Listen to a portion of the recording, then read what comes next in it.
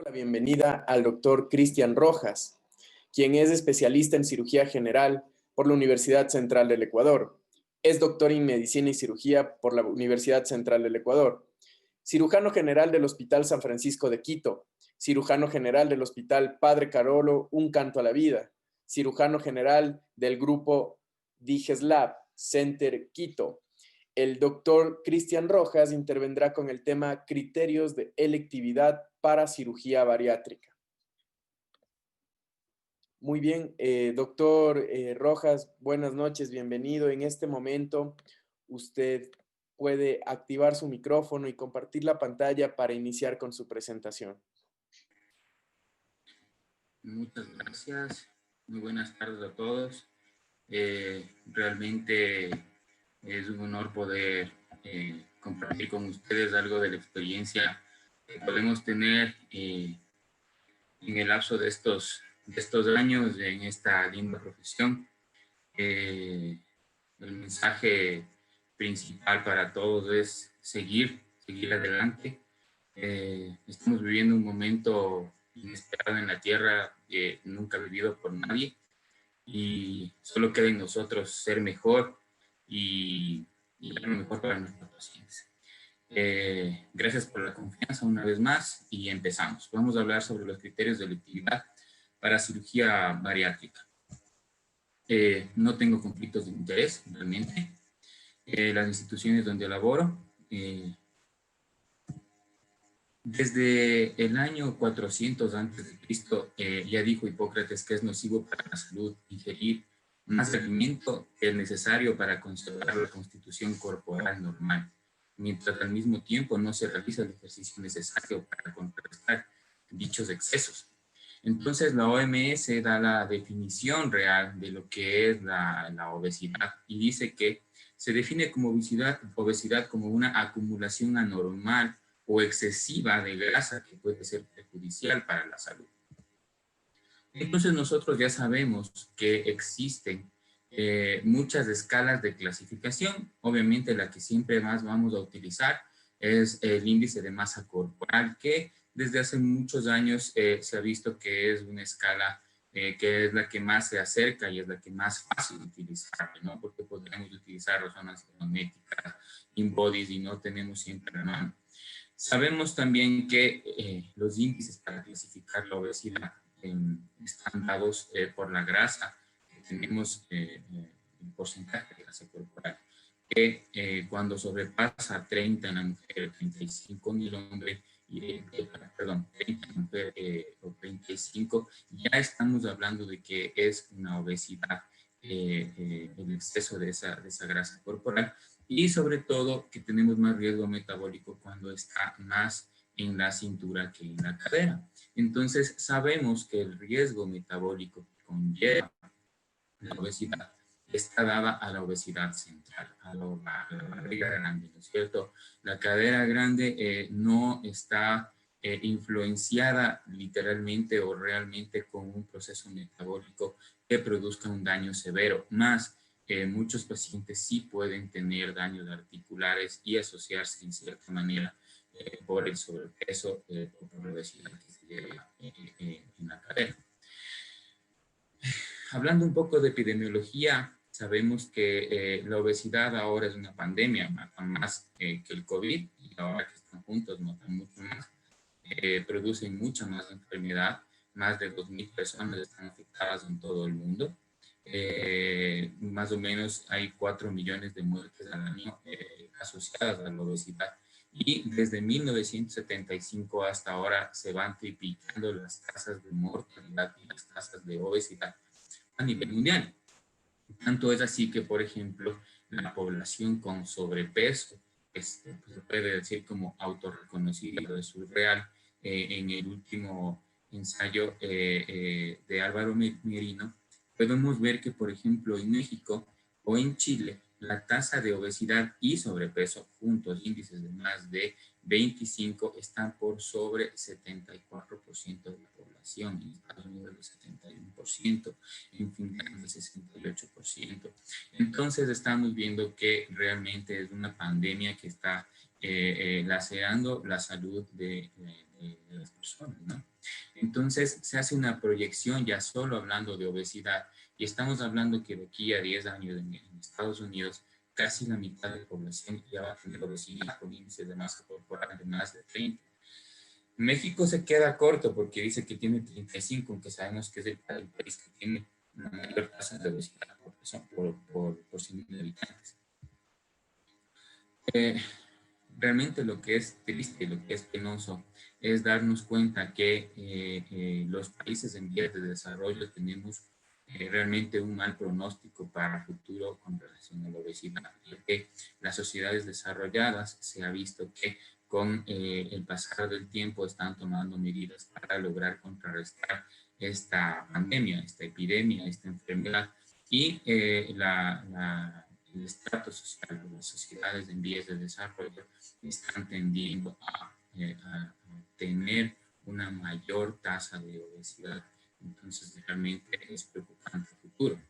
Ahora, la dificultad está en que cuando en un país la tasa de obesidad se duplica, esto genera un incremento, realmente un incremento de 3 veces en la prevalencia de 3 veces la prevalencia de individuos con índices de masa corporal superior a 35. Esto a su vez genera un aumento de 5 veces los casos de índices de masa corporal de más de 40. Estamos hablando de obesidad mórbida.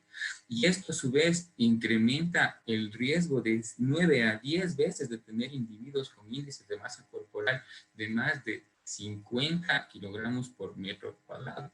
Eso quiere decir que pacientes que tienen obesidad extrema y ninguno de nosotros quiere batirse con un paciente de esto, sobre todo cuando estamos hablando de la parte quirúrgica, no hablando exactamente de cirugía bariátrica, sino en cualquier otro problema de salud que nos encontramos con en los hospitales, porque obviamente son pacientes que son comórbidos. Ahora, aquí hay un asunto bastante complejo. Las mujeres tienen una tasa de 10 puntos porcentuales mayor que los hombres, sobre todo en Latinoamérica, de tener mayor obesidad. Esto viene acarreado a muchas situaciones, pero es bastante importante saber que posterior a la menopausia, las mujeres comienzan a incrementar de forma exponencial los riesgos asociados a la obesidad. Es cierto que las mujeres en cantidad, o sea, en porcentaje, tienen mayor cantidad de obesidad, pues los hombres hasta que llega la edad de la menopausia en las mujeres, pues vamos liderando en las comorbilidades o en la respuesta de mortalidad por las comorbilidades. Pero posterior a la menopausia, las mujeres toman la costa de este problema. Y no se diga ahora que estamos en épocas de COVID, todos sabemos que los pacientes que tienen un índice de masa corporal de más de 25 y no se diga de más de 30, ya tienen más riesgo de tener una complicación mayor o de necesitar una cama de terapia intensiva o de necesitar ventilación mecánica o riesgo de mortalidad por el simple hecho de tener obesidad. Entonces, si vamos a ver los principales factores de riesgo de mortalidad global en todo el mundo, vamos a ver que entre la presión arterial elevada, la glucosa sanguínea alta, la falta de ejercicio, el sobrepeso, el uso del tabaco que está en segundo lugar, el colesterol alto, todas esas son factores de riesgo, son factores asociados a la obesidad. Eso quiere decir que realmente lo que más mata en el mundo es la obesidad y sus enfermedades asociadas. La enfermedad, la obesidad como tal, es la mamá de todas las enfermedades. Es a quién hay que tratar. Cuando nosotros vamos a tratar una enfermedad como la diabetes o la hipertensión y está asociada a la obesidad, lo que tenemos que tratar es la obesidad, porque la obesidad en el momento de controlarla, vamos a tener una mejoría en el resto de comorbilidades. La obesidad y el sobrepeso son enfermedades realmente que atacan a todos los organismos, a todo el organismo, produce alteraciones a nivel cerebral, a nivel vascular, a nivel nervioso, y los pacientes casi siempre tienen trastornos de ansiedad, trastornos de depresión. Entonces estamos hablando que la obesidad tiene comorbilidades, y vamos a llamar comorbilidades mayores y comorbilidades menores a un grupo de patologías que se van a asociar a la obesidad. Pero este tipo de patologías mayores son las que llevan mayor riesgo de mortalidad, como la diabetes, la hipertensión, el síndrome de del sueño y otros síndromes de hipoventilación, la cardiomiopatía, las cardiopatías relacionadas con la obesidad, la hiperlipemia, las artropatías, los dolores articulares. Entonces, realmente son patologías que hay que tratarlas lo más pronto posible, ¿no es cierto? Y vamos a empezar hablando primero de las menores, que a veces nosotros le llamamos menores, pero realmente no son tan menores como parecen. El síndrome de apnea del sueño o de la apnea obstructiva del sueño o la hipoventilación y la obesidad. Son síndromes que los vemos a diario que realmente no le damos la atención debida. Son los típicos pacientes obesos que están en una reunión y se quedan dormidos mientras están conversando y el resto se ríe, pero pues realmente el riesgo es que se pueda quedar dormido manejando. El paciente que ronca mucho en la noche y hace el sonido como que se está trabando, como que es un temblor, como que se está ahogando, es el paciente que tiene una apnea de tipo 1, una apnea del sueño tipo 1. Y el ronquido está asociado a altos índices de infarto agudo de miocardio en las mañanas. Los pacientes están con unas saturaciones bajas y cuando requiere movimiento el corazón está con una baja carga y produce infartos, ¿no? Están asociados a infartos. Realmente las asociaciones musculoesqueléticas en los pacientes con obesidad muchas veces son la causa que el paciente quiera operarse. El paciente está con lumbalgias, con gonalgias, con lumbalgias, con coxalgias, con dolores de tobillos. Realmente es un paciente que se siente pesado. Aparte de que muchas veces están asociados a enfermedades reumatológicas, ya que la obesidad como tal es un estado proinflamatorio y es por eso de sus comorbilidades, de sus problemas asociados tan severos. Entre las enfermedades digestivas asociadas está el hígado graso. Todos sabemos que el primer depósito de calorías en el cuerpo es el hígado, a través de los triglicéridos. Entonces vamos a borrar todas la grasa corporal, primero en el hígado y luego a nivel de grasa periférica. Entonces esto tiene altos índices de cirrosis, de hepatocarcinoma, los pacientes casi siempre se asocian a polilitiasis y muchas veces también a enfermedad del flujo gastroesofágico por la alimentación desordenada y mala alimentación que tienen estos pacientes. Muchos pacientes, tanto hombres como mujeres, tienen problemas de incontinencia de esfuerzo y sobre todo en mujeres prolapsos de los órganos femeninos y el recto, por el peso que está dado en el diafragma pélvico, que realmente es un problema importante en estos pacientes. Muchas causas endocrinológicas están asociadas, como por ejemplo el androgenismo en la mujer, que les da asociación a preeclampsia, macrosemia fetal, ovario poliquístico, que produce trastornos reproductivos, partos prematuros, abortos de repetición, amenorrea, infertilidad, muchas veces produce impotencia sexual en el hombre, hipogonadismo, disminución de la libido, y hay asociación a carcinoma endometrial, carcinoma de mama. También tenemos que evaluar siempre al paciente con obesidad entre dermatitis intertriginosas, acantosis nigricans y acrocordones, que son estos de acá, que son estos pacientes que están haciendo ya resistencia a la insulina y nos están diciendo que en 10 años, si no son tratados, van a tener diabetes en un 40% aproximadamente. Y la obesidad está ya asociada a múltiples cánceres, tanto del cerebro, de la tiroides, de las mamas, del colon, del páncreas, de los ovarios. Entonces, realmente vamos a ver que la obesidad pronto excederá al cigarrillo como la primera causa de cáncer a nivel mundial. Hablando sobre la diabetes mellitus, pues la obesidad sabemos que es el factor de riesgo primario para la diabetes tipo 2. El 90% de todos los diabéticos son tipo 2.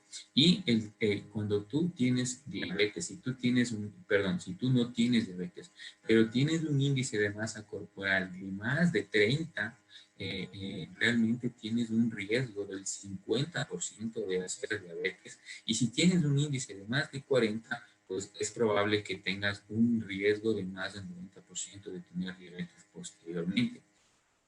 Se ha demostrado en un estudio que cuando pasas de un índice de 23 a un índice de 35, multiplicas por 4 tu riesgo, tu índice de tener diabetes. Y más o menos nos vamos a dar cuenta que entre 26 y 40% de individuos que ya tienen intolerancia a la glucosa progresan a diabetes tipo 2 en un lapso de 10 años si no son tratados o si no usan de peso.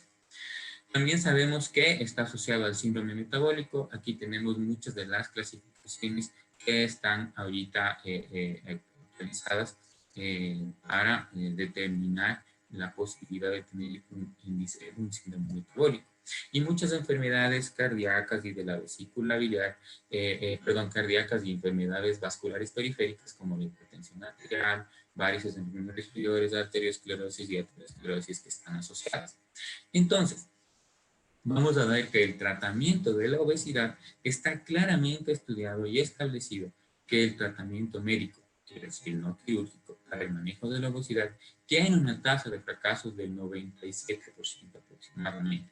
Y esto es importante decir a los pacientes, porque muchas veces los pacientes tienen miedo de someterse a un procedimiento quirúrgico o a un procedimiento para bajar de peso y están empecinados en hacer algún tipo de dieta milagrosa, que se ponen un anillo en la lengua, que hacen ciertas experimentos para bajar de peso. Pero realmente las estadísticas son crudas, del 97% de los pacientes va a volver a subir de peso. ¿Cuáles son los pacientes que bajan de peso y se mantienen con el peso bajo y no hacen ese rebote de peso? Los pacientes que se dedican 100% a su peso, a su obesidad, a su enfermedad y a su salud. Los pacientes que hacen ejercicios 3 veces al día, que hacen una dieta, que al menos se cocinan su dieta todos los días y están motivados el 100% del tiempo, no van a tener rebotes al lapso de 2 años, que más o menos es el corte en los que el reseteo cerebral, ya que la obesidad sabemos que es una enfermedad cerebral, no es una enfermedad del estómago, ni es una enfermedad psiquiátrica, es una enfermedad cerebral que tiene asociaciones con patologías o con factores psicológicos y factores somáticos, gastrointestinales y endocrinológicos. El tratamiento quirúrgico ha demostrado éxitos superiores al 70% a largo plazo, con baja morbilidad y muy baja mortalidad. Entonces estamos hablando que realmente es el gol estándar para bajar de peso y controlar las enfermedades asociadas.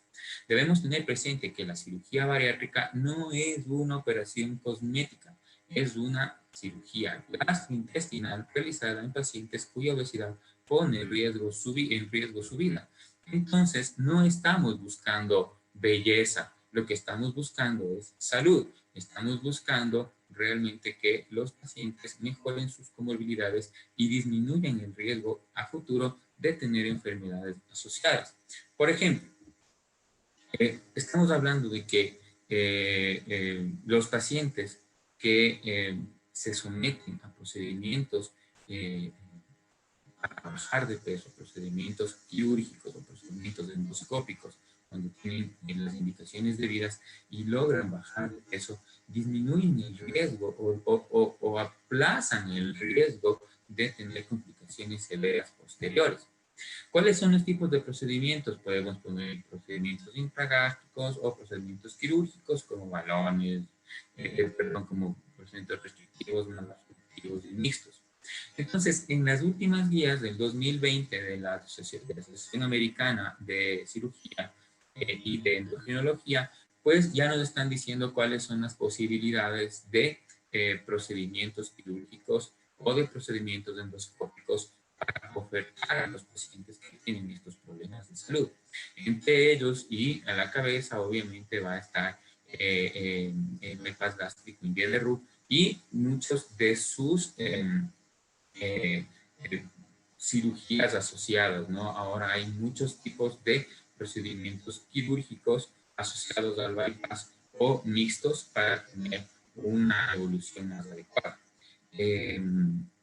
Entre otros está la banda gástrica, que realmente la realización de la banda gástrica ahora ha bajado. Antes era el 80% de los procedimientos a nivel mundial y ahora estamos hablando que casi se pone solo en Estados Unidos y en menos del 3% de la población. Y la manga gástrica, que ahora es la reina a nivel mundial, que más o menos estamos hablando que se realiza en el 70% de las cirugías bariátricas a nivel mundial. Tenemos más de 15 años de experiencia en este tipo de procedimientos y procedimientos como las derivaciones bilicopancreáticas, el switch duodenal, el SADIS, el SASIS, que son cirugías, bueno, estas últimas dos, o el bypass de una anastomosis, estamos hablando que son cirugías todavía, estamos hablando que son experimentales, ya que no tenemos realmente un control a largo plazo, aunque vemos que tienen muy buenos resultados. Con respecto a los procedimientos endoscópicos, vamos a ver que existen múltiples opciones de posibilidades endoscópicas o de realizaciones. Por ejemplo, en Estados Unidos ya están vendiendo los balones que tú te puedes comprar en un centro comercial y te compras el típico balón, que es una píldora pequeña, que es como esos dinosaurios, esos juguetitos que tienen los niños que les llenas de agua y se inflan, ¿no? Obviamente bastante tomado de los cabellos porque puedes tener complicaciones severas. Otros de los procedimientos que están en boga ahora son las mangas endoscópicas, que pues tienen una posibilidad de ayudar al paciente a bajar de peso en aproximadamente un 20%, que están a la par del uso del balón, ¿sí? Entonces, ¿a qué pacientes se les debe ofrecer procedimientos bariátricos? Las indicaciones son muy claras, pero en el lapso del tiempo ha cambiado mucho, ¿sí? Cada 2 años, cada 3 años, cada 5 años estamos viendo que se van cambiando las indicaciones de la cirugía bariátrica. Por ejemplo, sabíamos antes, hace unos 10 años, que todos los pacientes que tienen índice de masa corporal de 40 o más, sin comorbilidades, tienen que hacerse una cirugía bariátrica. Y esto realmente ha permanecido en el tiempo, ¿sí? Los pacientes que tienen un índice corporal entre 35 y 40 y que tienen comorbilidades asociadas, también se les debe ofrecer un procedimiento bariátrico.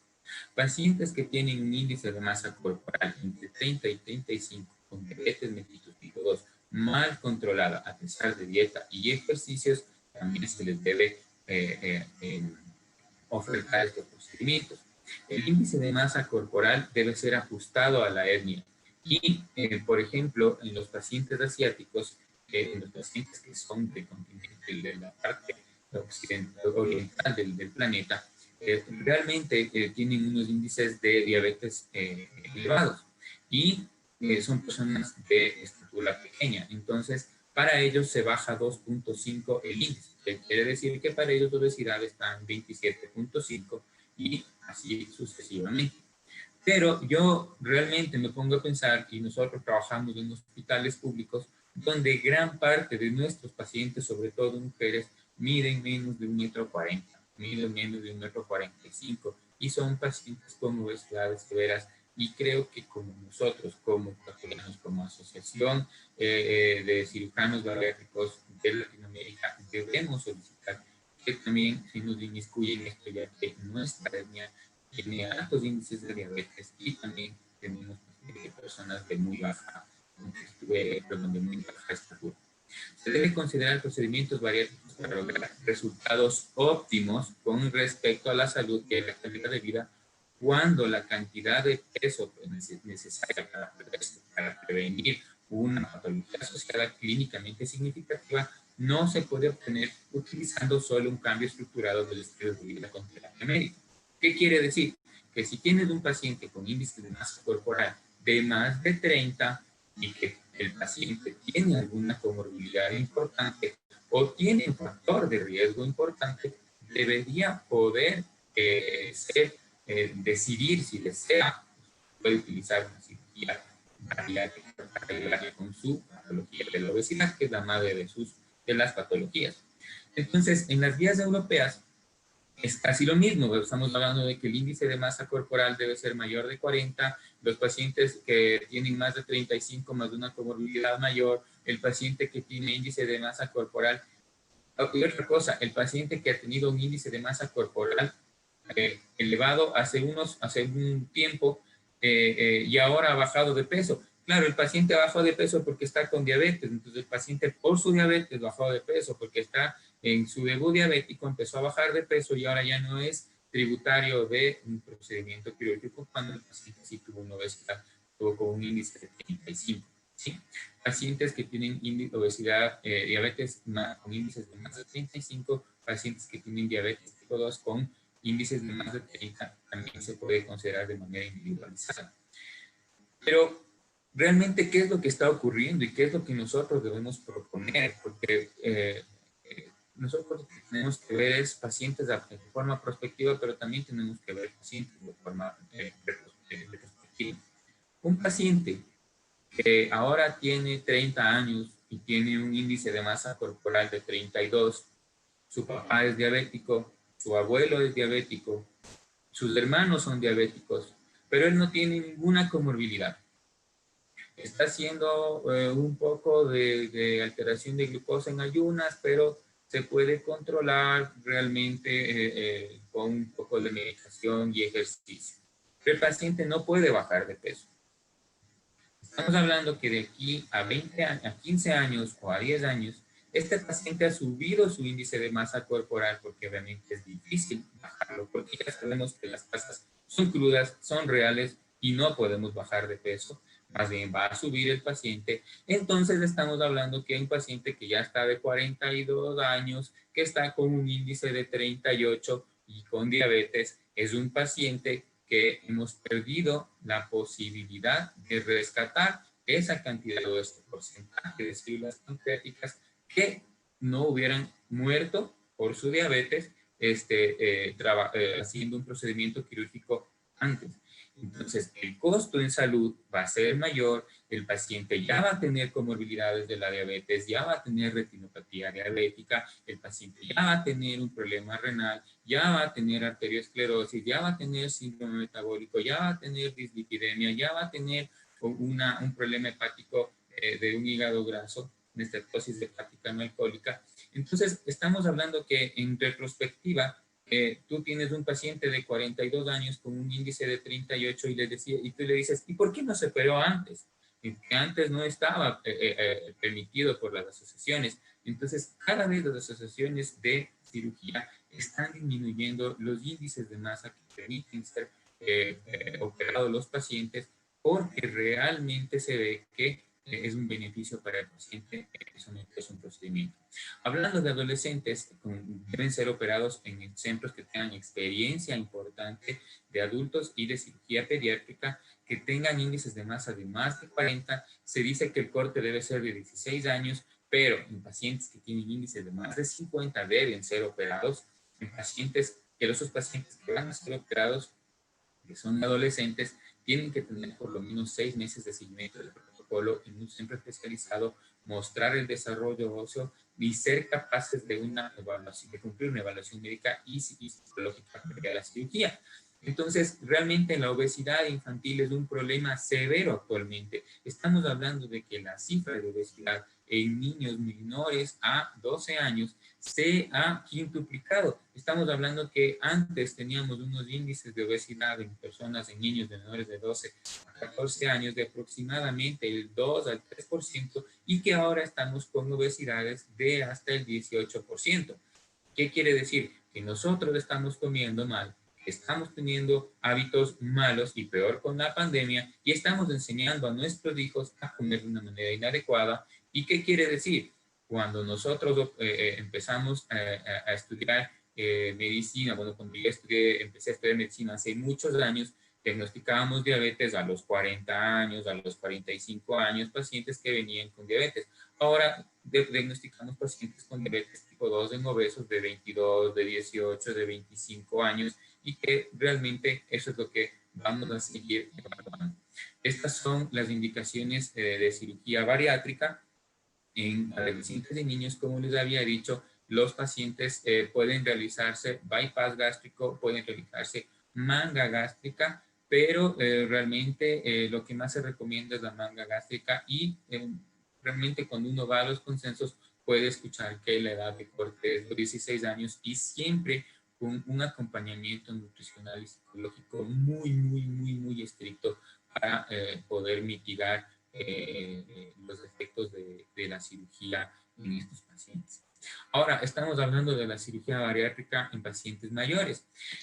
Realmente esto era muy controversial, pero la medicina es controversial, realmente. Los ancianos representan el 2.7 de todas las cirugías bariátricas en el periodo del 99 al 2005 en este estudio de caso. Entonces, vemos que la mortalidad hospitalaria fue del 0.3% para los no ancianos y del 0.7% para los ancianos, mientras que del 2009 al 2013 la mortalidad hospitalaria había disminuido del 0.1% para los no ancianos y el 0.5% para los ancianos. Ahora, estas son cifras bastante buenas, ya que tenemos estudios en los cuales habían tasas de morbilidad por sobre el 30% y tasas de mortalidad escandalosamente altas de hasta el 7%. Pero, ¿qué es lo que pasó? Que obviamente los centros bariátricos, los cirujanos y los centros especializados en cirugía de obesidad realmente han mejorado sus protocolos quirúrgicos y de manejo postoperatorio, ya que las comorbilidades que tiene un paciente anciano y las reservas que tiene un paciente anciano son bastante difíciles de manejar. Ahora, los cortes fueron empezando desde 1999, en los cuales se refería que el paciente debe ser operado hasta los 60 años. Luego, en el 2003, se subió hasta los 65 años. Ahora ya estamos hablando de que un paciente puede operarse hasta los 70 años. Y es obvio, un paciente que tiene 60 años, los pacientes que son mayores de edad, vemos que las sociedades cada vez más en el mundo tienen una expectativa de vida cada vez mayor. En muchos países tienen expectativas de vida por sobre los 80 años. Si es un paciente que tiene 60 años, le vas a dejar que esté 20 años con obesidad, con artropatías, con diabetes, con hipertensión, con dislipidemia. Entonces, realmente si fueras tú o si fuera tu padre, tú pensarías dos veces en poder someterle a una persona de entre 60 y 70 años a un procedimiento quirúrgico para ayudarle a controlar su obesidad. Concluyendo que un mejor paciente, que la selección y la evolución de la técnica quirúrgica puede explicar una importante mejora en estas tasas de morbilidad y mortalidad. Entonces, haciendo un resumen, las nuevas indicaciones de enfermedad de los pacientes que tienen índices de masa de entre 35 y 40, enfermedad hepática grasa no alcohólica o no alcohólica, pseudotumor del cerebro, enfermedad de reflujo gastroesofágico refractario al tratamiento, asma, insuficiencia venosa, afectación psicológica por la obesidad. Los pacientes casi siempre están asociados a ansiedad y depresión, que debe ser manejada de manera preoperatoria, de manera muy intensa, y posoperatoria de la misma manera. Calidad de vida severamente deteriorada a causa de la obesidad, pacientes como puente para un trasplante renal o para un trasplante hepático, en pacientes que tienen insuficiencia renal crónica que requieren diálisis, en pacientes que tienen infertilidad y en los que se sospeche que la causa sea la obesidad, y en pacientes con índice de masa corporal sobre 35 y un objetivo terapéutico de peso por marcadores bioquímicos mejorados de riesgo. Y exactamente lo mismo para pacientes en cirugía, pacientes con índices de 30 y 35, pacientes con índices de 30 y un objetivo terapéutico de control de peso, ¿no es cierto? ¿Qué porcentaje de grasa corporal necesitamos bajar? ¿Sí? Obviamente podemos hacerle una impedancia magnética al paciente, un InBody, y evaluar la cantidad de grasa abdominal que tiene ese paciente. El paciente puede tener un índice de masa corporal elevado, pero porque es un paciente que hace muchos ejercicios físicos, de un paciente que tiene mucha masa magra. No es lo mismo que un paciente que venga flaco y con una barriga grande y con alteraciones metabólicas, como dislipidemias de hígado graso, problemas de alteraciones en la glucosa en ayunas. Y exactamente lo mismo con pacientes que tienen diabetes mellitus tipo 1, ¿no es cierto? ¿Cuáles son los criterios de electividad de cirugía de revisión? Primero, una cirugía emergente por una complicación quirúrgica, entre las cuales podemos tener fugas de las líneas de sutura, podemos tener sangrados, podemos tener estenosis muy severas que no puedan ser manejadas de manera endoscópica, pacientes que tengan hernias internas, sobre todo en el bypass gástrico, pacientes con perforaciones, con obstrucciones. Realmente la indicación quirúrgica está ahí para poder salvaguardar la vida del paciente. Y cirugía revisional por falta de respuesta a la baja de peso, ¿cómo está dado? Se considera fracaso de una cirugía bariátrica cuando no se alcanza a lograr o mantener al menos el 50% del exceso de peso, de la pérdida de peso de un periodo de 18 a 24 meses. El paciente no bajó de peso, o el paciente que se quedó con un índice de masa corporal de más de 35 en este mismo periodo de tiempo. El índice de masa corporal de 35 es un corte bastante importante. Por ejemplo, si tú mides la obesidad central como una cifra métrica, no te sirve de nada si tienes un paciente que tiene un índice de más de 35. ¿Sí? Otra indicación de cirugía de revisión debería ser la misma para la cirugía primaria, es decir, cuando el índice sea mayor de 40, mayor de 35 con una comorbilidad, o más de 30 con un síndrome metabólico o diabetes mellitus, ¿no es cierto? Otra de las razones de una cirugía revisional también es, por ejemplo, los pacientes que sufren de reflujo gastroesofágico, importante, sobre todo después de las gástricas o después de las cirugías de bypass de anastomosis. Ahora, tenemos que hablar también de cuáles son los criterios de exclusión de esta patología, ¿no es cierto? Entre ellos están la adicción a las drogas y al alcohol. Generalmente los menores de 16 años con mayores de 65, no es un criterio estricto, pero podría ser historial de enfermedad cardíaca grave o de problema pulmonar muy importante que no permita una anestesia general, el paciente que tenga pancreatitis crónica, pacientes que tengan ciertos tipos de cirrosis severas que no permitan la realización de procedimientos quirúrgicos, enfermedades autoinmunes como el lupus eritematoso sistémico que esté agravado. Hemos operado pacientes con lupus que han estado en fases iniciales y bien tratados y realmente han mejorado bastante. Problemas pacientes que tengan problemas en la coagulación sanguínea, historia de enfermedad psiquiátrica grave y pacientes que estén con cáncer terminales o que estén recibiendo quimioterapia, pacientes que sufren enfermedad de Crohn o pacientes que estén embarazadas. Realmente, y otra cosa es paciente que sea fumador, ¿no? Que es importantísimo, el paciente tiene que dejar de fumar. El paciente que no ha dejado de fumar para la cirugía es un paciente que va a ir mal, es un paciente que no ha controlado sus adicciones y es un paciente que cuando deje de fumar va a engordar y si no deja de fumar peor porque es una bomba de tiempo. El tabaco es uno de los factores de riesgo más altos que podemos encontrar en las diferentes patologías del cuerpo humano. Entonces, con respecto a la diabetes mellitus, ¿qué pacientes tienen criterio de exclusión para diabetes mellitus en cirugía bariátrica? Entre ellos están las diabetes secundarias que tienen anticuerpos importantes con algunos tipos de diabetes que deben ser primero evaluados por el equipo multidisciplinario, por el servicio de endocrinología, para poder determinar muchos pacientes que tienen problemas de insulinomas o problemas importantes no se deben operar. Pacientes con diabetes tipo 1 que no tengan sobrepeso tampoco se tienen que operar. Hay un estudio importante en pacientes que tienen obesidad y diabetes tipo 1, realmente tienen resultados bastante buenos, pero al mismo tiempo estos pacientes fallecen por cirrosis diabética, ¿no? Se cuadriplica el riesgo de un paciente diabético tipo 1 operado de un bypass que presente una cirrosis diabética severa que pueda aparecer.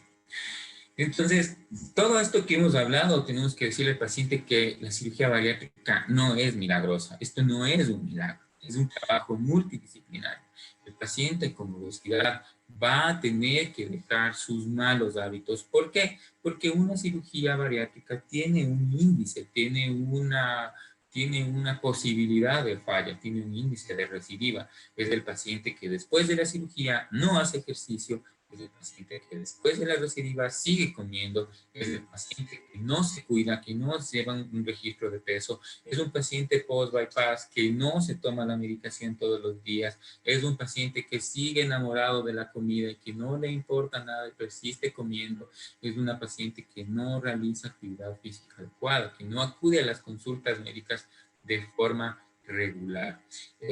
Yo personalmente tengo muchos compañeros que se han operado. Los médicos tenemos un pésimo índice de recidiva porque sabemos cómo mentir y sabemos qué decir. Entonces se operan de la manga, se operan del bypass y los pacientes suelen tener síndromes de dumpling severos porque se suben al auto y ahí tienen su Coca-Cola, siguen tomando, no, pero es que yo solo tomo café, se toma 8 cafés al día y cada café con 3 cucharadas de azúcar, ¿no es cierto?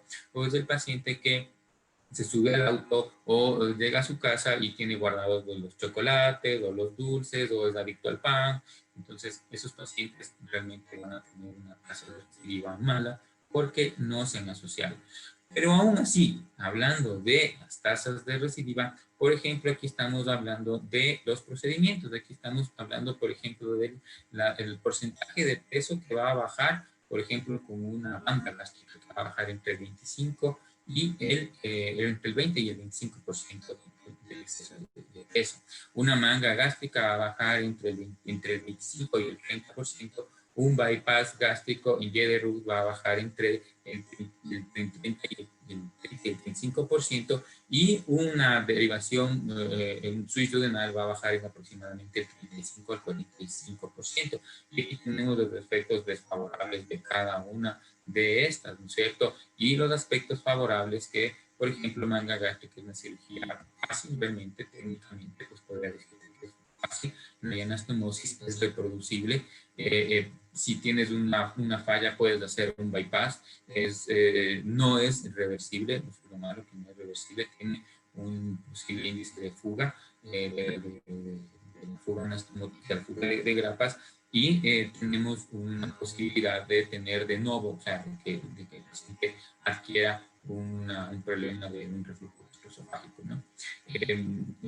Realmente el bypass gástrico, que es el mejor procedimiento que le podemos ofrecer a un paciente diabético que sea obeso, realmente es una cirugía un poco más compleja, no todos los cirujanos están capacitados para hacer un bypass gástrico, realmente, y peor, una cirugía revisional de un bypass gástrico, realmente tiene fuertes efectos metabólicos en la que se una estandarización de la técnica, pero tenemos un índice de complicaciones que iba bajando, está bajando bastante cada vez más. Hay un entendimiento más importante de la patología y de la posibilidad de ayuda del paciente.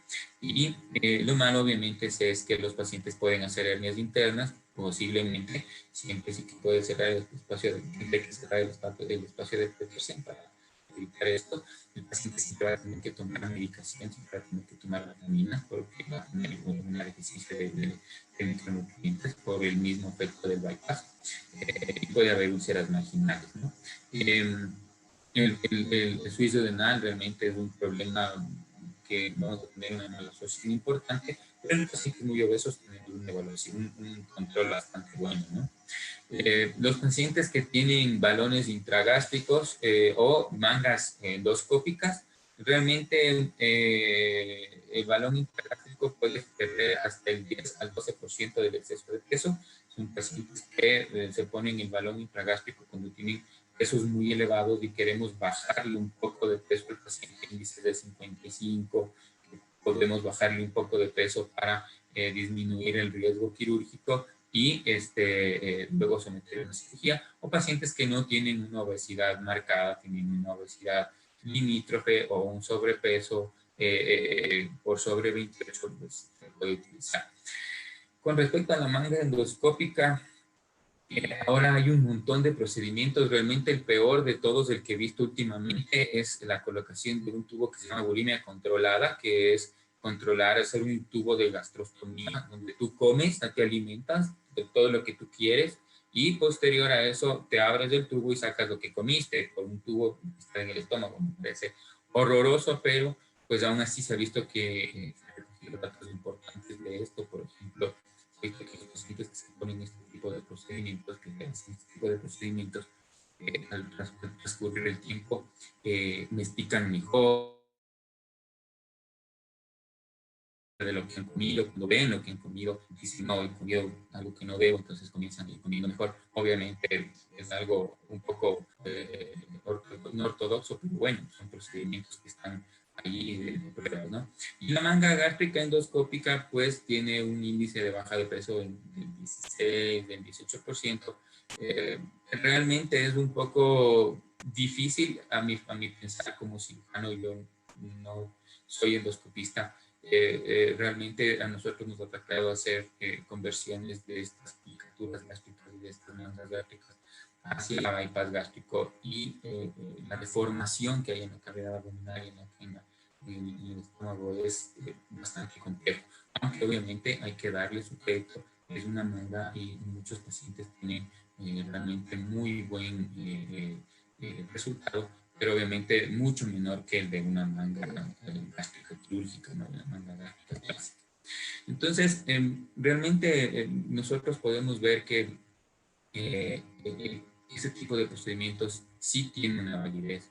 El paciente es un paciente que se hace feliz, es un paciente que mejora su movilidad, mejora su autoestima, mejora su ansiedad, mejora su depresión, mejora sus comorbilidades. Es un paciente que se hace, que realmente es un cambio de vida, es un salto de vida, ¿sí?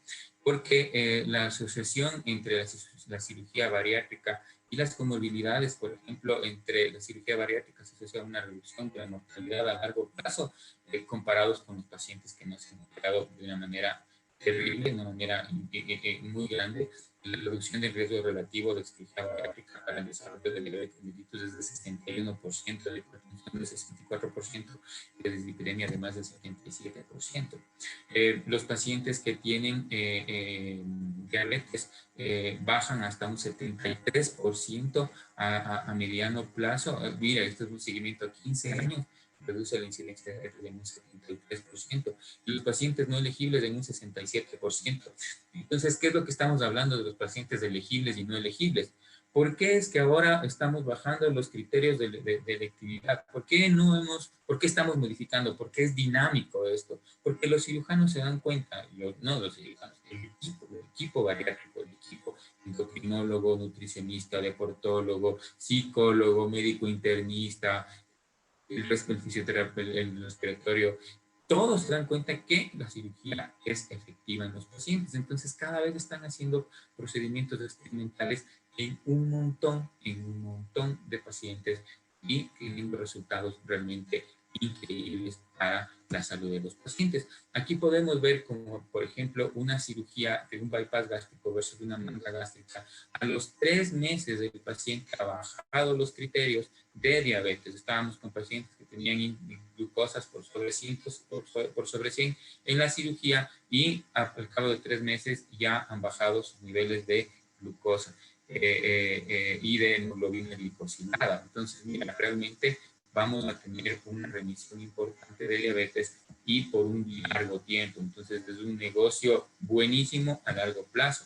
Entonces, los predictores de una resolución de diabetes mellitus para cirugía bariátrica, cirugía metabólica con una técnica mal absortiva, restrictiva o mixta es la pérdida de peso y mejoría de la insulinoresistencia. ¿Y qué vamos a ver en estos pacientes? Marcadores clínicos como la severidad de la hiperglicemia, un paciente que estuvo muy mal controlado, pésimamente controlado o con mucho tiempo previo, más de 5 años de diabetes, tomando mucha medicación, realmente es un paciente que no va a tener los resultados como un paciente que está empezando con su diabetes, que tiene unos pocos años de diabetes y que realmente su mejoría va a ser a largo plazo, y que tiene una reserva de células de islotes de ¿no es cierto?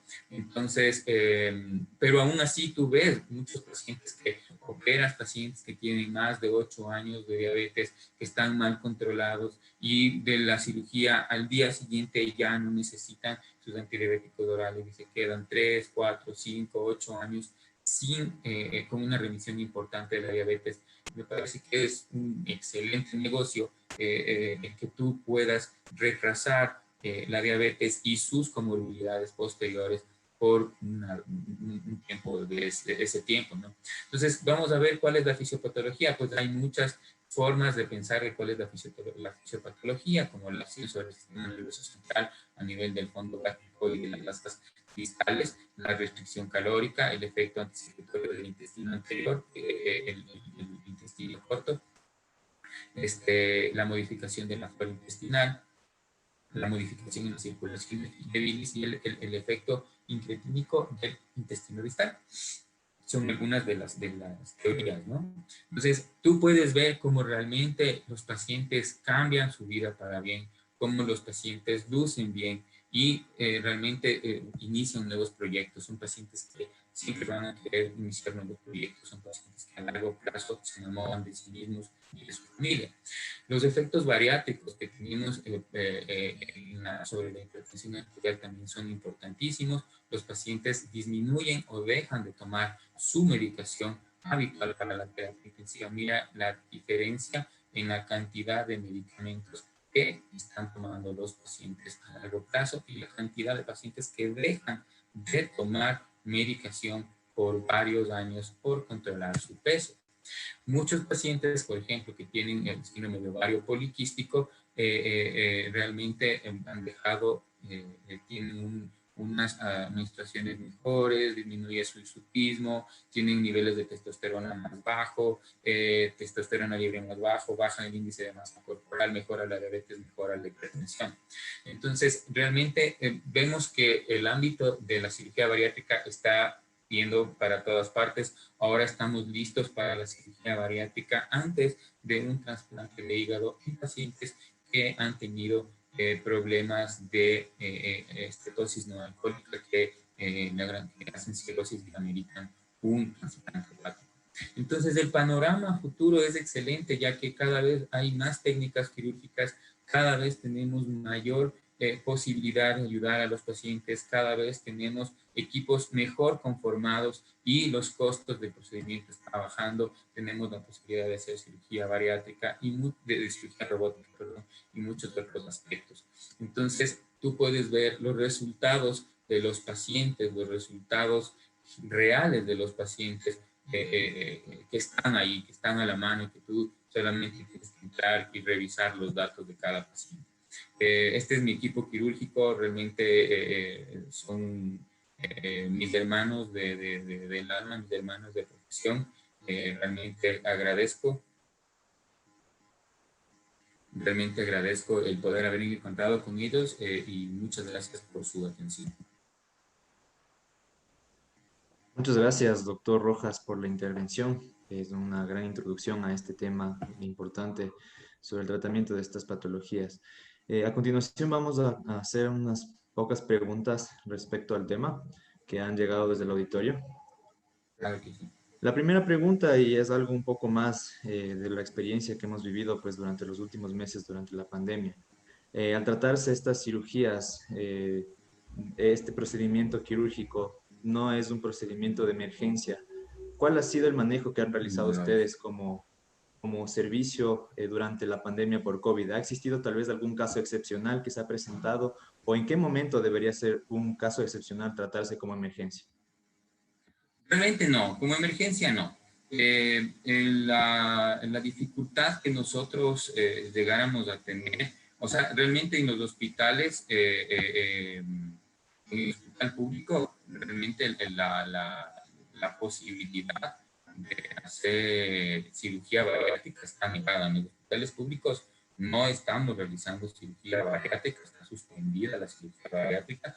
Realmente la pandemia ha suspendido no solo la cirugía bariátrica, sino que un montón de procedimientos quirúrgicos a nivel general. Lo único que estamos operando realmente, yo tengo la posibilidad de estar en el Hospital San Francisco, que ha sido un hospital que casi siempre se ha manejado como extra COVID, Entonces hemos operado más emergencias y cáncer, que es lo que más se ha realizado en estos días. De forma privada sí lo estamos haciendo hace poco porque la IFSO, la Asociación Mundial de Obesidad, dio criterios claros de que no se opere en el momento más grave de la pandemia. Ahora obviamente se abrió ya la posibilidad, ya que vemos que los pacientes que siguen obesos tienen más riesgo de tener un problema. Entonces obviamente hay más cuidado en este tipo de pacientes para tener unos resultados adecuados y obviamente a futuro evitar un mal pronóstico en este tipo de pacientes, ¿no? Claro que sí, la obesidad sin duda es un factor de riesgo incluso para los pacientes con esta COVID-19 y en el contexto de la pandemia en la que vivimos. La doctora Carolina Naranjo tiene una pregunta. La pregunta va así. Si un paciente tiene índice de masa corporal menor a 35, pero a pesar de la dieta no puede bajar de peso sin antecedentes personales de importancia, ¿cuál sería el mejor tratamiento o cuál recomendación debería seguir este paciente?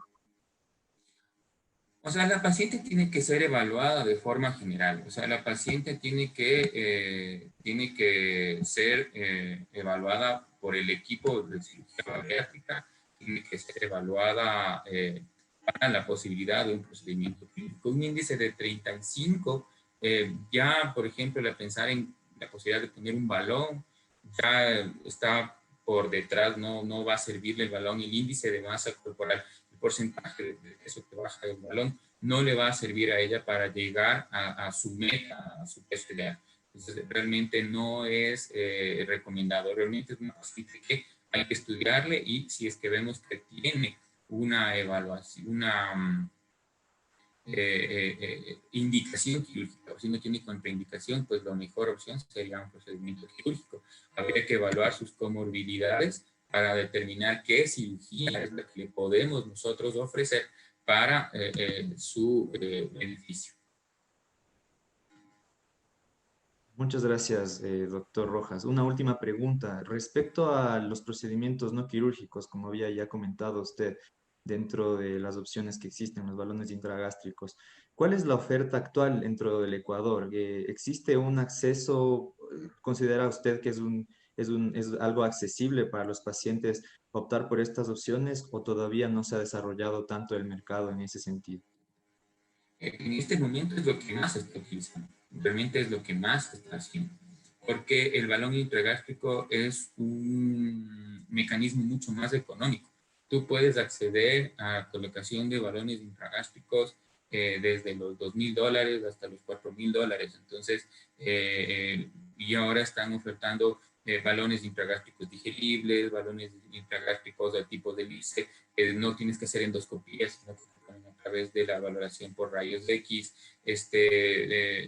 Lo importante, a ver, lo importante de esto es no tomarlo como un negocio, no decir al paciente, yo voy a poner unos balones, entonces voy a aprender a poner unos balones y les voy a poner a 1,000 pacientes los balones. No es ese el hecho es de ayudar al paciente, el hecho es de darle un tratamiento integral. O sea, el paciente que tiene una posibilidad de colocarse un balón es el paciente que posiblemente, digamos, no, pues, tiene que estar bajo la tutela de psicología bariátrica, de nutrición, de deportología, de medicina interna. Los controles postoperativos, los controles post-colocación tienen que ser importantes para hacer una bajada de peso guiada y manejar la parte psicológica y sobre todo de la ansiedad, porque el paciente que se retira el balón va a tener una posibilidad de volver a subir de peso desde el 50%. Es decir, que de 2 que pones, uno va a volver a subir de peso. Ahora, si te das cuenta que el índice de baja de peso solo con dieta y ejercicio es de el 2 al 3% y está subiendo al 50%, es una maravilla. O sea, realmente. Pero, obviamente, si tú das un servicio en el cual tú solo pones el balón y cobras de la colocación del balón y al paciente no hay un seguimiento, la posibilidad de que ese paciente vuelva a subir de peso es del más del 75%. Entonces, realmente está engañando al paciente y eso no está bien. No le estás dando lo que el paciente merece o lo que el paciente está buscando para su tratamiento. Perfecto, doctor Rojas. Le agradecemos mucho por su intervención, por las respuestas que ha brindado a nuestro auditorio. Nuevamente agradecidos con usted y esperamos contar con su presencia en nuestros próximos eventos. Muchas gracias y buena tarde. Muchas gracias a todos, realmente ha sido un honor para mí. Que tengan una linda tarde, que está lluviosa, pero que tengan un lindo día. Muy bien, muchas gracias, doctor Rojas, por la conferencia y por el tiempo brindado en este congreso. A continuación, tendremos con nosotros al doctor Javier Mollón, quien es doctor en Medicina y Cirugía por la Universidad Central del Ecuador. Es especialista en cirugía general por la misma universidad. Tiene un diplomado en cirugía laparoscópica avanzada en la Universidad Católica de Chile. Es cirujano tratante del Hospital General San Francisco. Es miembro del staff de la Clínica de Obesidad y Enfermedades Metabólicas del Hospital General San Francisco y es docente de la Pontificia Universidad Católica del Ecuador. El doctor Javier Mollón intervendrá con el tema eficacia de la cirugía bariátrica en el tratamiento de la obesidad. Doctor Mollón, muy buenas noches. Una vez más, bienvenido. En este momento usted puede activar su micrófono y compartir la pantalla de su presentación.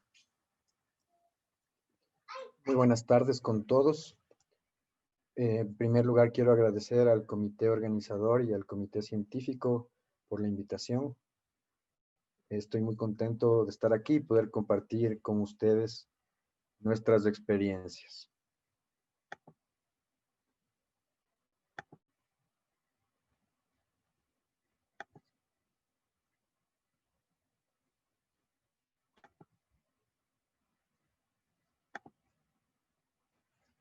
¿Me escuchan bien? Así es, doctor, el audio es nítido y el video también, entonces podemos iniciar con la conferencia. Bienvenido. Ok. Bueno, el tema que vamos a tratar ahora es la eficacia de la cirugía bariátrica en el tratamiento de la obesidad. Vamos a empezar definiendo qué es la obesidad. Esta se define como una acumulación anormal o en exceso de grasa que puede ser perjudicial para la salud. Y objetivamente se considera cuando la persona tiene un índice de masa corporal mayor a 30. La obesidad se considera uno de los problemas más importantes de salud a nivel mundial. La OMS ha llegado a catalogarla como una pandemia debido a su alta prevalencia y a todos los problemas que esta acarrea. Tiene una etiología multifactorial. Los principales factores asociados son una carga genética, los malos hábitos alimenticios, el estilo de vida, los desórdenes psicológicos como la ansiedad o la depresión y alteraciones del metabolismo y de la función endocrina. Esta se produce por un desequilibrio entre la ingesta de calorías y el consumo de ellas en el ejercicio físico. Está asociada o precede o condiciona otras enfermedades como la diabetes tipo 2, la hipertensión arterial, el síndrome de apnea obstructiva del sueño, dislipidemias, se asocia a cáncer, a síndrome de ovario poliquístico, enfermedades como el NASH y otras. Su fisiopatología, para resumir brevemente, está ligada mucho al control del hambre. Y como ustedes pueden ver en este gráfico, el control del hambre está dado por sistemas muy complejos, donde interviene el cerebro, el sistema simpático, el sistema parasimpático, la secreción de hormonas por parte del hipotálamo y por parte de las células del tracto gastrointestinal.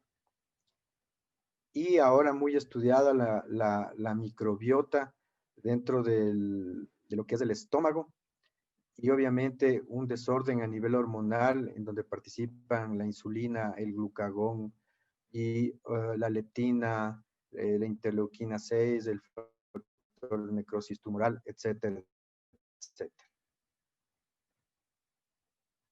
Tenemos que decir que la tasa de obesidad a nivel mundial es preocupante, y en esta gráfica ustedes pueden observar que el índice de obesidad ya hace un año en Estados Unidos era de 38.2.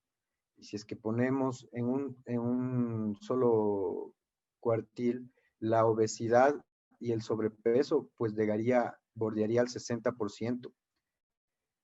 En nuestra región, uno de los países que tiene la tasa más alta de obesidad es México.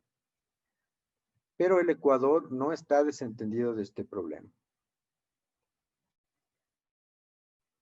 Así tenemos que en la última encuesta de Ensanud se pudo ver que más del 60% de la población ecuatoriana en la edad de 19 a 40 años tiene sobrepeso u obesidad.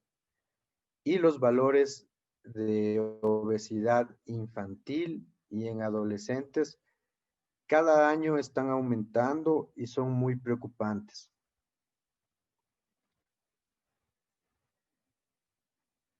Por otro lado, vamos a definir en esta charla qué es la eficacia. La eficacia no es nada más que la capacidad que tiene un procedimiento para lograr los resultados esperados. Y esta casi siempre está ligada a la eficiencia. Esto tiene que ver con el aprovechamiento de recursos para conseguir el objetivo.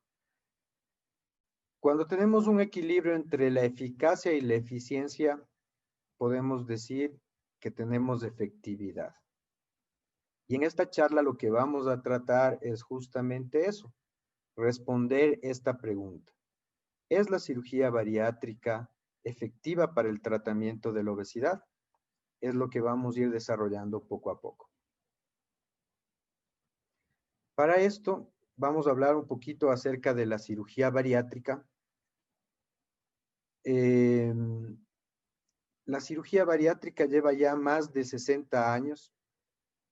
Empezó con un procedimiento que tenía poca aceptación debido a sus altos índices de morbimortalidad, pero tuvo un vuelco positivo en 1990, cuando por primera vez se pudo hacer un bypass gástrico con técnicas mínimamente invasivas.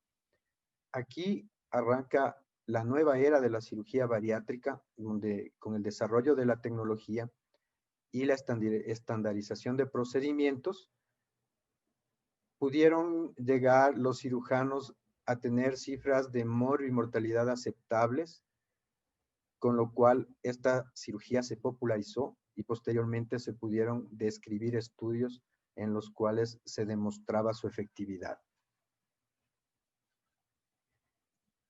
Un dato importante es que esta cirugía se realiza únicamente en el 1% de todos los pacientes que lo necesitan, según las indicaciones de cirugía bariátrica que muy bien explicó Cristian en la charla anterior.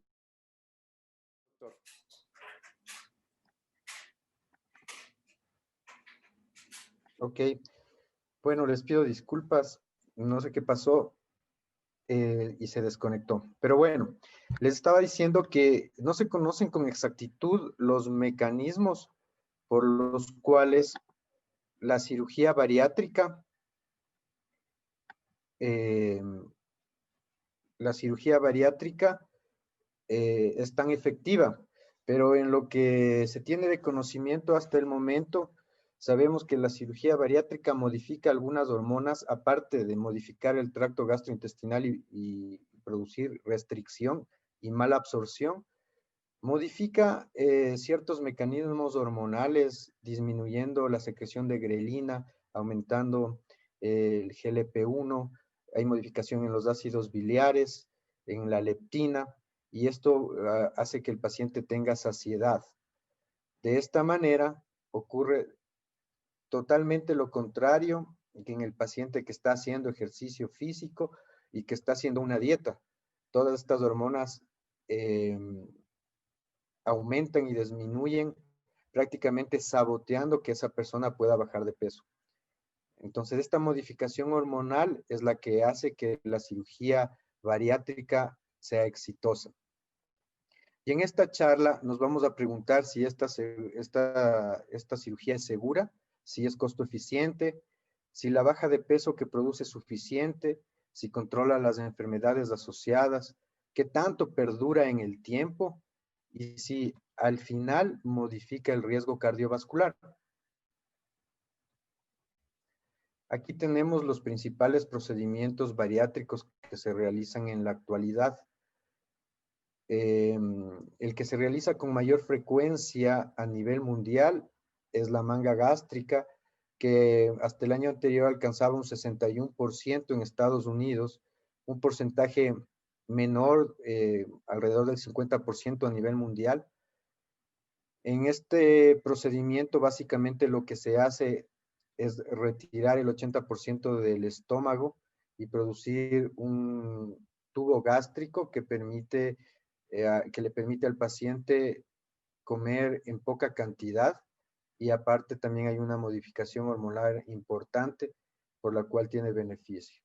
Otros procedimientos como el bypass gástrico, que se considera hasta el momento el gold estándar de la cirugía bariátrica, la banda gástrica, que prácticamente está en desuso porque a largo plazo producía muchas complicaciones, y un procedimiento nuevo que es el bypass de una anastomosis en sus diferentes formas, que ha tomado mucho auge en los últimos años y que están reportando series con muy buenos resultados.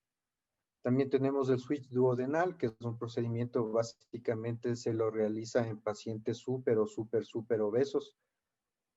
Esos son los procedimientos que se realizan actualmente y a los cuales los vamos a poner en un conjunto y vamos a ver si todos estos procedimientos son superiores al tratamiento clínico convencional para conseguir la baja de peso. La cirugía bariátrica versus el tratamiento médico. Existen más de 20 estudios clínicos controlados que apoyan la superioridad de la cirugía sobre el tratamiento médico convencional. Vamos a mencionar uno de los más importantes, un estudio realizado por Colquitt, publicado en Cochrane. Es un estudio del 2013, es un metaanálisis donde tiene 22 estudios controlados. Algunos de esos estudios los podemos observar acá. El problema de este estudio es que todos los estudios son muy heterogéneos y la calidad de evidencia varía desde moderada hasta muy baja. Pero al fin abarca 1,798 pacientes y los estudios son comparativos, algunos entre bypass y tratamiento clínico, banda y tratamiento clínico, muy pocos de manga y tratamiento clínico, y muy pocos también de switch duodenal y tratamiento clínico. El seguimiento de estos estudios fue variable también, algunos a 12, otros a 24 y 36 meses, y uno de los más con mejor seguimiento fue hasta 10 años. En este estudio se pudo concluir que la cirugía bariátrica es superior al tratamiento clínico para lograr la baja de peso y la remisión de la diabetes. Un dato también importante acá es que concluye también que la manga tiene resultados similares al bypass en cuanto a baja de peso. Posterior al 2013 se realizaron algunos ensayos clínicos controlados y aleatorizados. Aquí tenemos algunos de ellos desde el 2013 hasta el 2016, en donde se comparaba el tratamiento convencional clínico con bypass y con manga gástrica. Y lo que concluyen estos estudios es totalmente a favor de la cirugía bariátrica en estos porcentajes. Aquí vemos que están midiendo la disminución del porcentaje de exceso de peso. Tenemos aquí en el estudio de Ikramudin el 26% para el bypass, 8% para la terapia convencional. En este otro estudio, 25% versus el 6%. En el estudio de 2014 de Shower, 25% para el bypass, 4% para el tratamiento convencional. Este estudio de Migron es muy importante porque tiene un seguimiento largo a 60 meses y también demuestra prácticamente los mismos valores. Con estos estudios, entonces, se pudo ir determinando ya no solamente que el camino que había que seguir era la cirugía bariátrica, sino que también se iban definiendo ya las ventajas y las desventajas de los distintos procedimientos.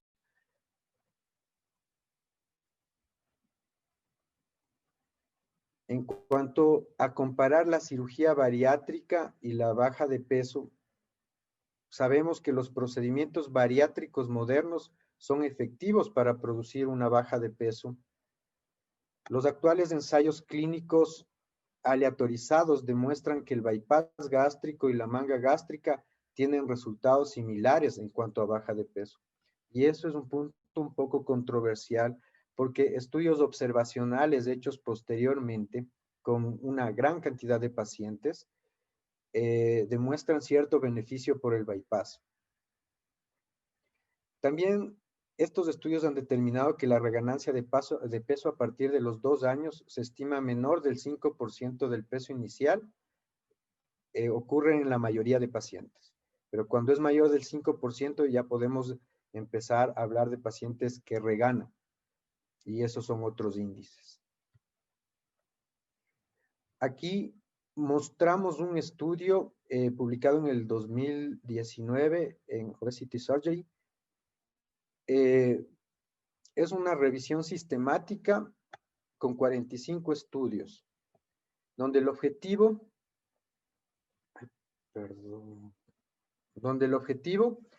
era medir la eficacia de la cirugía bariátrica con 2 puntos. El uno era el porcentaje de baja del exceso de peso y el otro la remisión de la diabetes. Y los grupos asignados eran cirugía bariátrica versus tratamiento médico. Como pueden ver aquí en la gráfica, aquí tenemos el seguimiento a 6 meses, a 1 año, a 2 años y a 3 años. Todas las imágenes son favorables hacia el tratamiento quirúrgico.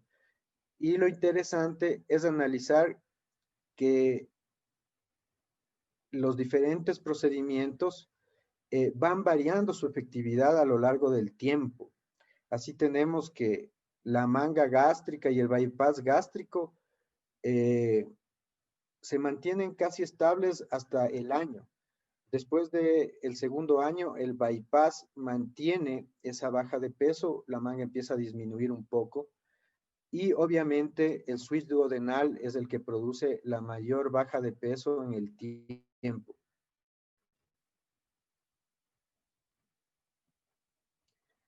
Cuando hablamos de la cirugía bariátrica y control de la diabetes, vemos en la evidencia que hay 2 ensayos clínicos que han demostrado la superioridad de la cirugía frente al tratamiento médico para el control de la glicemia y remisión de la diabetes. Múltiples estudios controlados apoyan la disminución de la mortalidad y el beneficio de la micro y macrocirculación de los pacientes diabéticos sometidos a cirugía bariátrica o metabólica. Hoy mismo existen algunos estudios en curso que ya no están preocupados únicamente por establecer como primer objetivo del estudio el control de la glicemia, sino van un poco más allá y es el control de la enfermedad a órgano blanco. Los ensayos clínicos han demostrado que tanto la manga como el bypass son similares en el control de la diabetes y ocurre lo mismo que hablamos hace un momento. Los estudios observacionales con mayor número de pacientes que son en el tiempo posteriores a estos ensayos clínicos muestran mayores beneficios para el bypass. Uno de los ensayos clínicos más importantes es este que se denomina STAMPED. Demostró el beneficio de la cirugía en pacientes con índice de masa corporal menor a 35. Es ahí que cuando hablamos de cirugía metabólica, una de las indicaciones puede ser en pacientes con obesidad grado 1, es decir, con un índice de masa de 30 a 35, que no se controla con el tratamiento clínico normal. Acá tenemos las gráficas de este estudio, donde se puede ver claramente cómo fue el control de la hemoglobina glicosilada,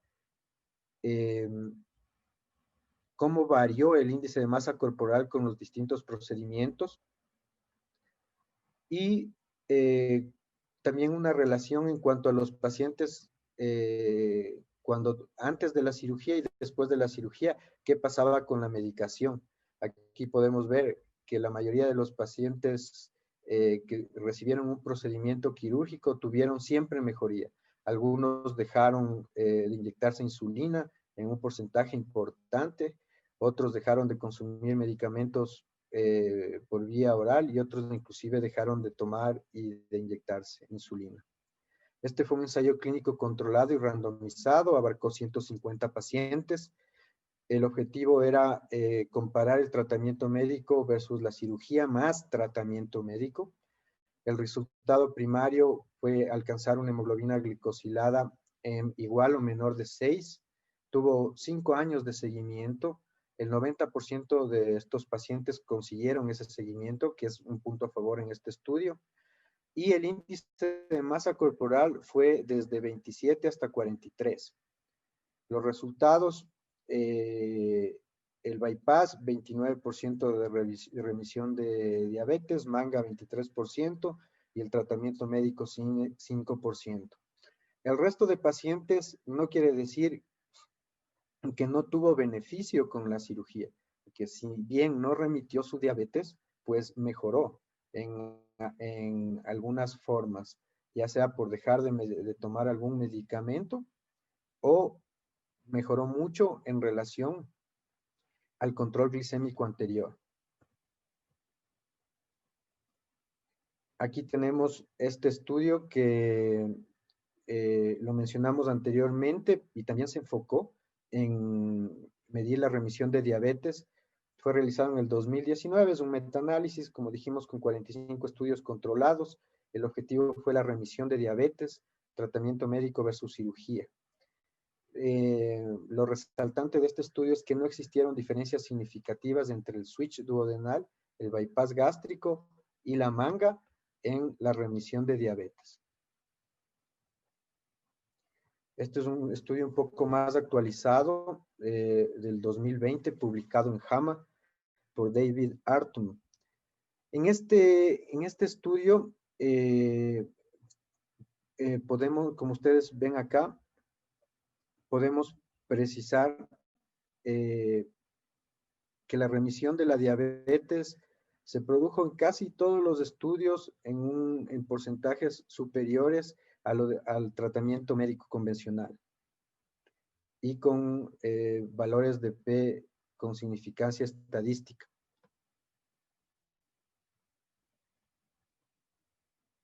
Otra vez mencionamos al estudio STAMPED, que es un ensayo clínico controlado, 5 años de seguimiento, terapia médica versus cirugía más terapia médica.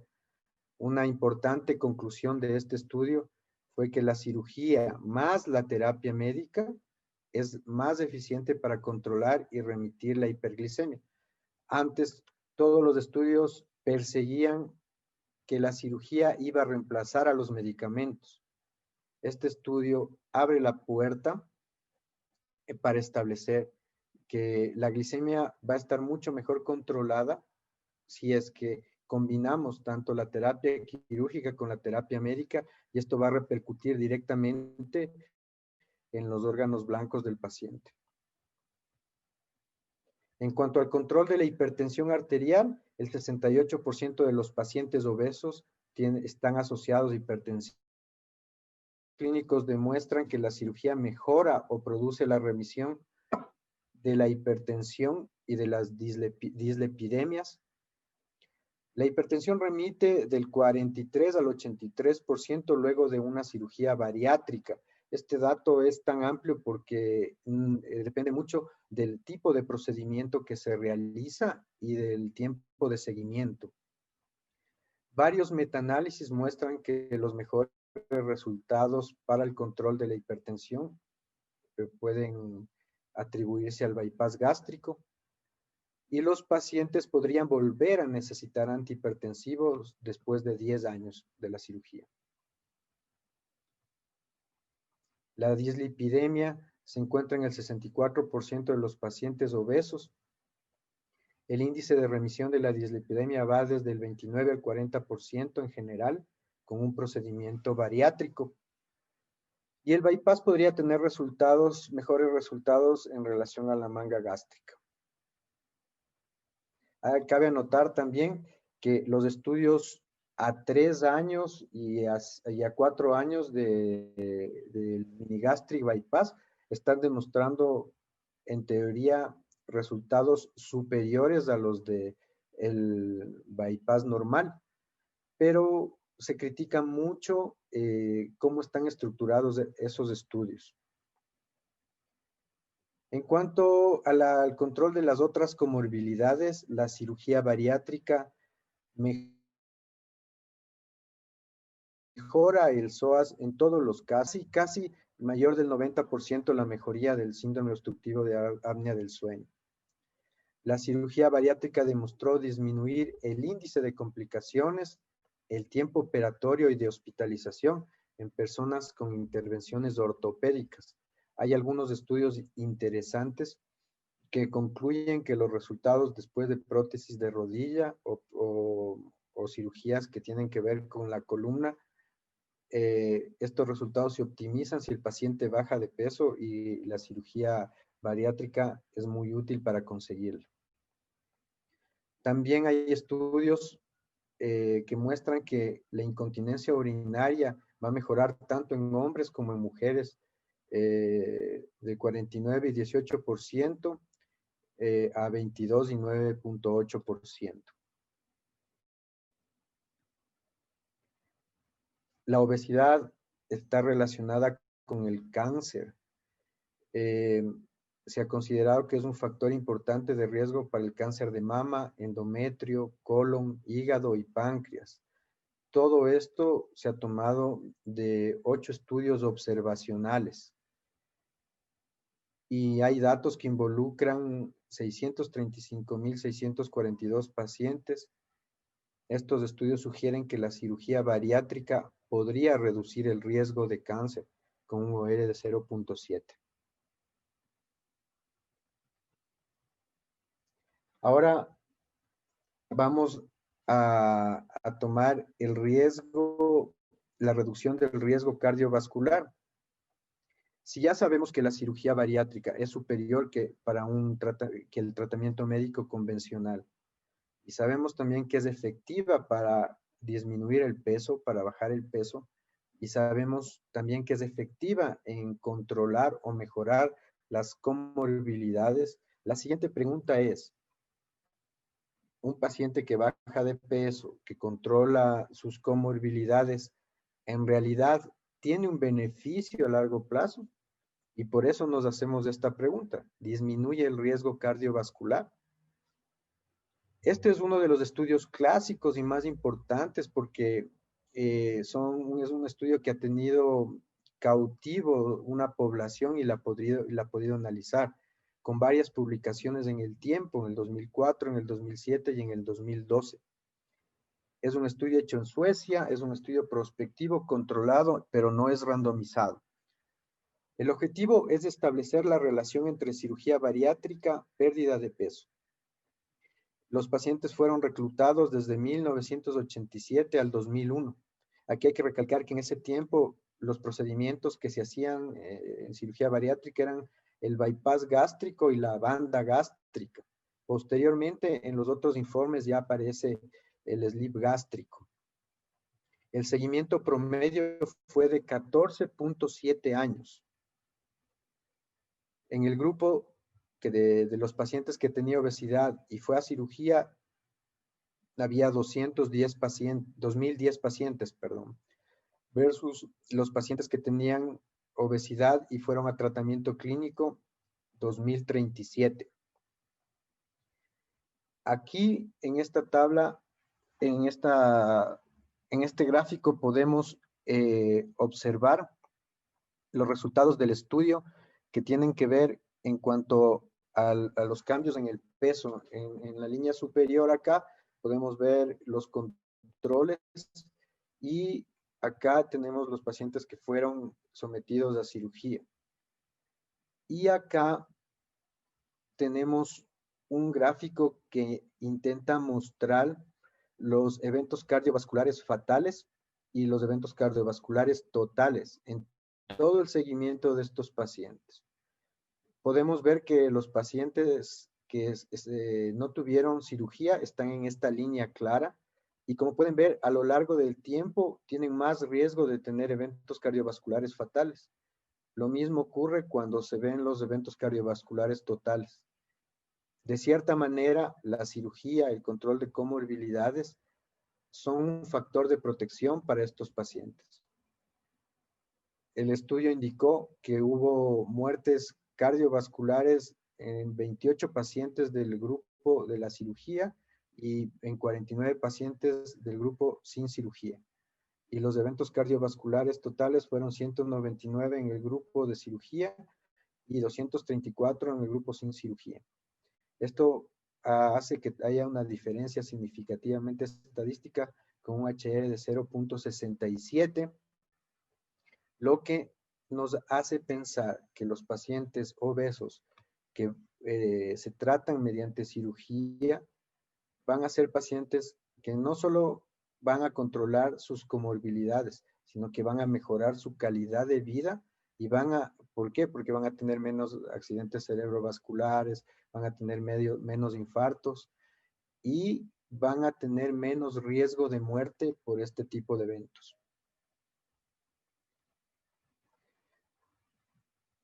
Para tener una idea objetiva acerca de la eficacia, también tenemos que ver que el tratamiento quirúrgico sea inocuo. Y en esto tiene que ver la seguridad en la cirugía bariátrica. Muchos de estos estudios que presentamos también han tratado de investigar qué tan seguros son estos procedimientos. Y en general, la cirugía bariátrica se considera un procedimiento seguro con bajo índice de complicaciones. La manga gástrica tiene menor riesgo de complicaciones que el bypass. Actualmente la mortalidad en cirugía bariátrica en general se encuentra entre 0.03 y 0.2%. Es decir, es comparable a una cirugía de vesícula biliar, a una colecistectomía laparoscópica.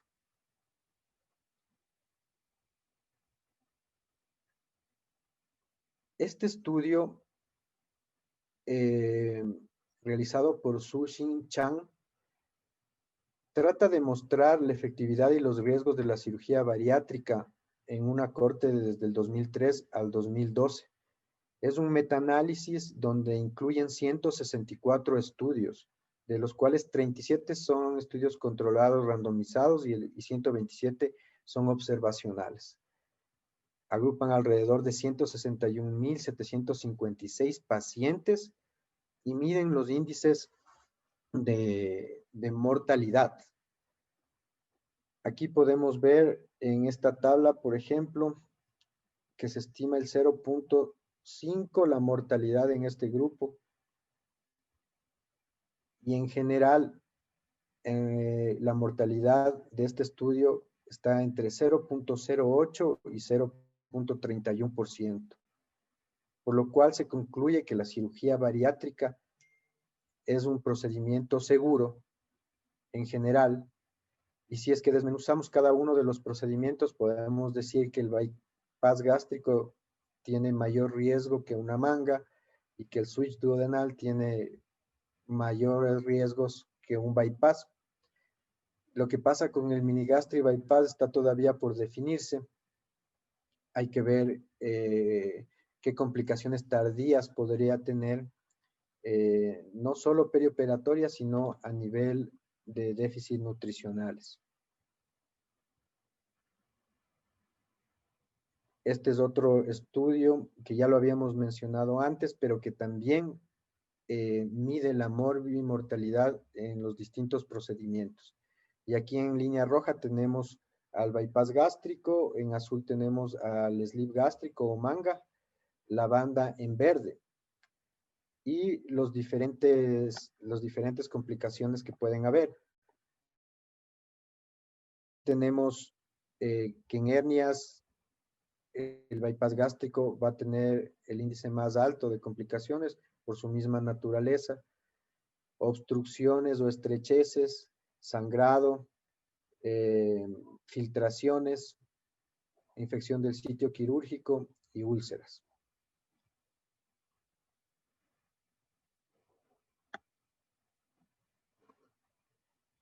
Hay estudios también que se han dedicado a investigar si la edad puede ser un limitante para este tipo de cirugía.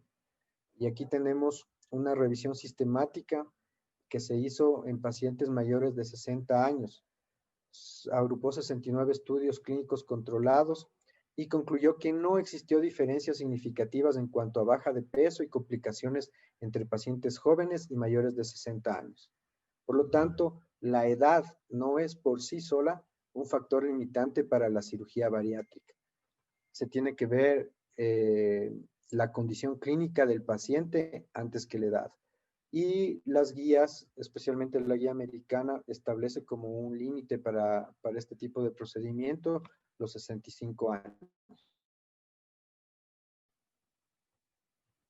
También hay estudios que se han publicado investigando enfermedades específicas, debido a que, por ejemplo, la enfermedad inflamatoria intestinal se podía pensar o se podría considerar que es un factor limitante para este tipo de cirugía. Aquí tenemos una revisión sistemática del 2019 que incluye 10 estudios observacionales, 12 meses de seguimiento. La baja del exceso de peso fue de 60.1% en estos pacientes con enfermedad inflamatoria intestinal. Hubieron mayores efectos adversos o complicaciones cuando se realizó un bypass gástrico, y concluye que la cirugía bariátrica en pacientes con enfermedad inflamatoria intestinal, si bien aumentan un poco los riesgos, se considera aceptablemente segura. Por último, este es un estudio que trata de medir los costos de la cirugía y compararlos con los costos de un paciente que no se pueda operar. Esto ha tenido mucho interés en los últimos años y en esta gráfica podemos ver cómo han incrementado los estudios de costo y de costo-eficiencia en pacientes bariátricos. Y al final, lo que concluye este estudio es que la cirugía bariátrica puede ser costo eficiente, es decir, lo que se invierta en realizar una cirugía puede ser costo eficiente para el Estado, luego ahorrando en hospitalizaciones, en enfermedades, en comorbilidades, en medicinas. Con esto vamos a concluir en que la cirugía bariátrica es superior al tratamiento médico convencional en relación a la baja de peso y control de comorbilidades. Esta es una evidencia tipo 1 basada en revisiones sistemáticas y metaanálisis de ensayos clínicos controlados. La baja de peso conseguida con la cirugía es más duradera en el tiempo. Sin embargo, existen diferentes índices de fracaso y reganancia dependiendo de cada procedimiento. La cirugía bariátrica ha demostrado ser eficaz y segura, es decir, tiene una muy baja morbimortalidad. No existe un procedimiento ideal para todos los pacientes, es otra conclusión, ¿no? La cirugía bariátrica nos brinda diferentes opciones que tenemos que adaptar a la realidad de cada paciente. La cirugía bariátrica es superior al tratamiento médico para el control y remisión de diabetes tipo 2 en los pacientes obesos. El riesgo-beneficio de la cirugía bariátrica está claramente a favor de los beneficios que aporta en la mejoría de la calidad de vida, el control de comorbilidades y disminución del riesgo cardiovascular. Y por último, la cirugía bariátrica se considera costo eficiente a moderado y largo plazo. Les agradezco mucho por su atención. Creo que la pregunta que nos hicimos al inicio queda totalmente,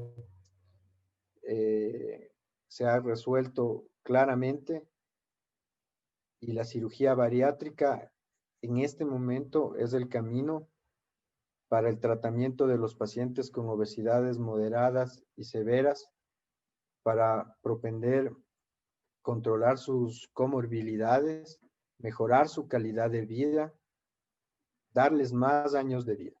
Muchas gracias.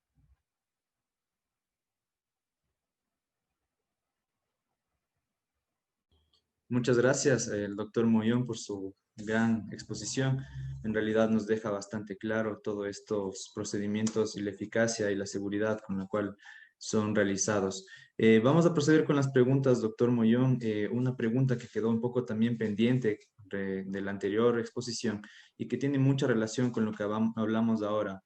Al ser la cirugía bariátrica un procedimiento bastante seguro en sí, de todas maneras puede presentar complicaciones. La pregunta es, ¿cuáles son las complicaciones más frecuentes que se han documentado, así sean mínimas por su servicio en su experiencia? Ya. Todos estos datos que nosotros revisamos, es lo ideal a lo que uno se tiene que llegar, ¿no? Hay que ser precisos en decir que todos estos datos son tomados de centros de alto volumen, con cirujanos muy bien entrenados y con gran experiencia, ¿ya?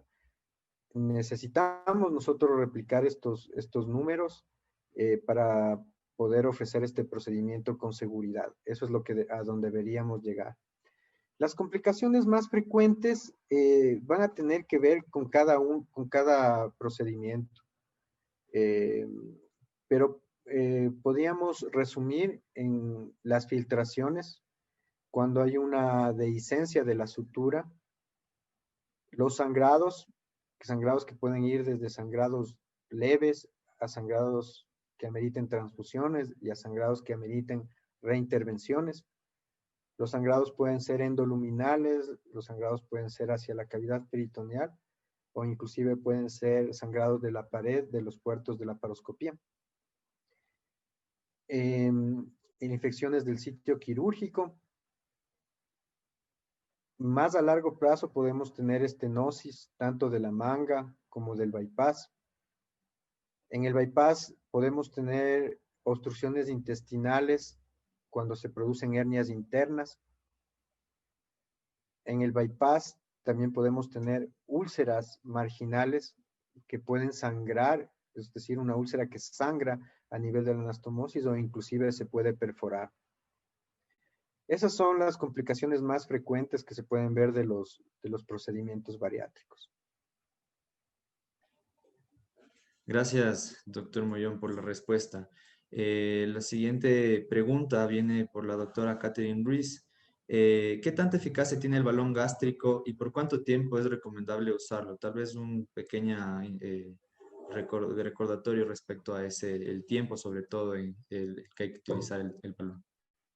Sí, como decía Cristian hace un momento, el balón gástrico se ha popularizado mucho en esta época de pandemia, en que los pacientes y también algunos cirujanos prefieren no operar a los pacientes, pero el balón tiene sus indicaciones precisas, ¿no? El balón gástrico es efectivo en pacientes que tienen sobrepeso. Inclusive podría ser en obesidad de grado 1 cuando el paciente por alguna razón no se quiere operar. Esa sería la indicación: sobrepeso, obesidad de grado 1. ¿Cuánto tiempo se puede tener el balón? Dependiendo del tipo de balón que se coloque. Los balones se pueden colocar por vía endoscópica o últimamente el balón digerible. El balón digerible dura alrededor de 4 meses. Los balones por vía endoscópica pueden estar 5, 6 meses, 8 meses. Los resultados en este tipo de pacientes con sobrepeso son buenos. Le permite una baja de peso alrededor de 15 kilos. Casi todos lo logran. La mayor parte de pacientes lo toleran bien. Un pequeño porcentaje no lo tolera y hay que retirarlo inmediatamente. Pero como decía Cristian, esto tiene que ir con el manejo multidisciplinario de la mano. Si el paciente se coloca un balón y no cambia su estilo de vida, pues lo más probable es que en algún momento regane peso. Pero si es que el balón le sirvió para cambiar su estilo de vida, hace ejercicio, tiene una dieta saludable, pues el balón va a ser efectivo para él.